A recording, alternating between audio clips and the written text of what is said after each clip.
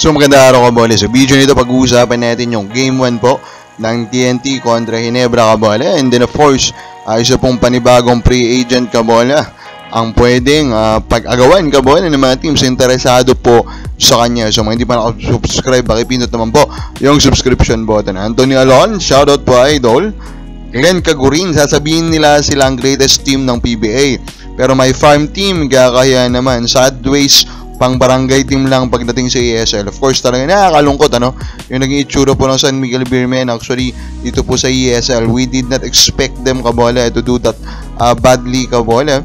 And then, yun nga, tama din naman, you cannot really claim greatest basketball team or etc. Lalagyan ng madaming fans ng exclamation point yan or asterisk, kasi nga po gumamit sila ng farm team, kabola, diba? So, yun talaga yung epekto po ng paggamit po ng farm team. Hindi ka talaga kikilalanin, kabola, ng mga fans. Di mo makukuha yung respeto. Anthony Alon, palit coach, new coach SMB. Sabi niya, kabola, so wait lang, diba? Hindi pa nga nagpapalit coach yung Magnolia. Mas matagal na yung Magnolia head coach doon, kabola, na nagtatatalo, diba? Compared dito sa San Miguel Beermen. So malamang, obviously naman, bibigyan pa ng chance si Coach Leo. Kailan po mag-trade? Sabi po ni Alon. The question marks, kailan mag-trade po ang San Miguel at this point? Nobody knows, Kasi kung may, di ko alam, diba? Na-eliminate naman na yung Northport, isang linggong may gitna. Pero up to this point, wala pa rin pong trade na nagaganap. So, panalo nga po ito pong TNT sa Game 1 nila against Ginebra. Do not be confused with the score. It was a dominant victory by TNT, kabola. So, mismong si Coach Tim Con, aminado dyan. Aminado din siya. Sabi niya, they were outplayed and he was outcoached. Sabi niya, kabola, aminado siya. And if you watch the game din talaga, medyo ganun nga po yung nangyari, kabola.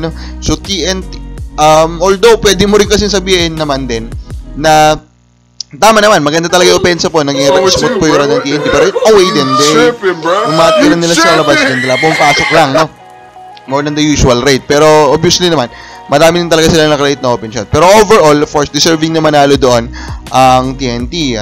Although, ang isa nga na pwede mo makonclude talaga from Game 1 is that RHJ will be the best player of this finals, kabola. So, nasa TNT ang best player. Pero obvious din sa paningin ko, kabola, that Ginebra has a deeper team, kabola. So, yun yung magbabalansi po ngayon dyan.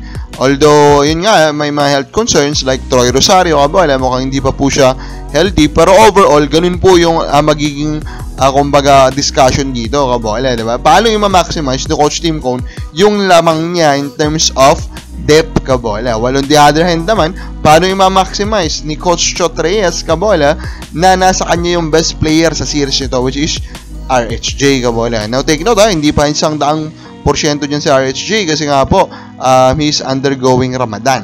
Now, ito na, San Miguel Beermen, kabola, guard, Simon Enciso will soon enter the unrestricted free agency pag hindi po siya hindi sila nag-agree with a new contract with the San Miguel Beermen, and I do believe these are the top 3 teams that should consider him. Number 3 will be TNT, and this is of course all due to the injury po of Jason Castro. So, Simon Enciso, proven na yan, kabola, nakasama na rin nila, may playoff experience, kabola, so I think swak na swak siya to get some minutes po with TNT for the entire year na wala po ang isang Jason Castro.